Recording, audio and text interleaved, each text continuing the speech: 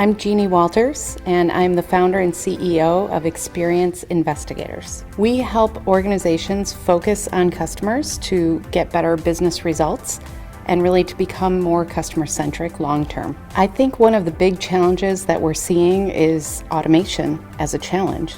And it's something that could be really useful for a lot of companies, but there's a lot of fear around it. And so automation could be really useful, especially serving customers, because automation will allow us to present customer histories in faster and more relevant ways to the people serving the customers. But we have to keep in mind that these are machines that are learning from humans. So we need to make sure that we're connecting the dots between the humans and the machines for automation. I think every leader has to be concerned about their customer experience mission. And one of the ways that I try to set the stage as a leader is to make sure everybody around me understands our mission as a company is to create fewer ruined days for customers.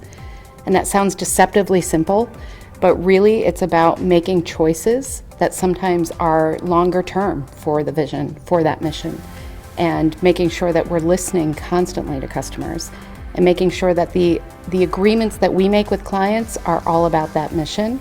And we also hire to it and make sure that everybody on board understands that. That's where I think a lot of leaders tend to fall down, and so I try really hard to lead by example that way. Well, I think it's really important to write the job description of who you're looking for against the mission of what you're trying to do.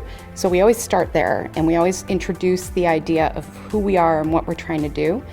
I also, I think it's important to hire for skills, but at the same time, I'd rather have somebody who's really good at exploring, at being imaginative, at really solving problems in creative ways. So when we hire, that's what we look for. And so we have different ways of making sure that they're creative problem solvers and not just people who happen to have the experience that we're looking for, but might not fit in culturally or with that bigger mission with us. Well, my marketing from the beginning has really been me writing down my thoughts and sharing those with the world. And I've stayed pretty true to that for 11 years now. And so I do a lot of blogging, I share ideas, I share where I think the industry is going, some of the challenges my customers are having, because I feel like sharing that knowledge with everybody is really telling people where I stand. And that's served me really well.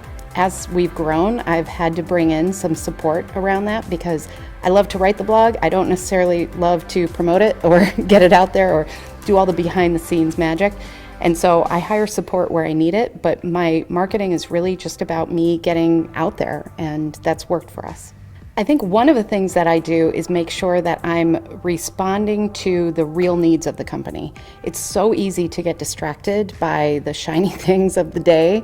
It's so easy to decide that, organizing your inbox is more important than calling that customer back. But really, you have to decide what's going to serve the company long term. And to live my mission of creating fewer ruined days for customers, that means I have to do certain things for my clients to make sure that they're living that mission with me. And so I try to organize things in that way. I'm not always successful, but there are times where I think, organizing your day in that way can make all the difference long term.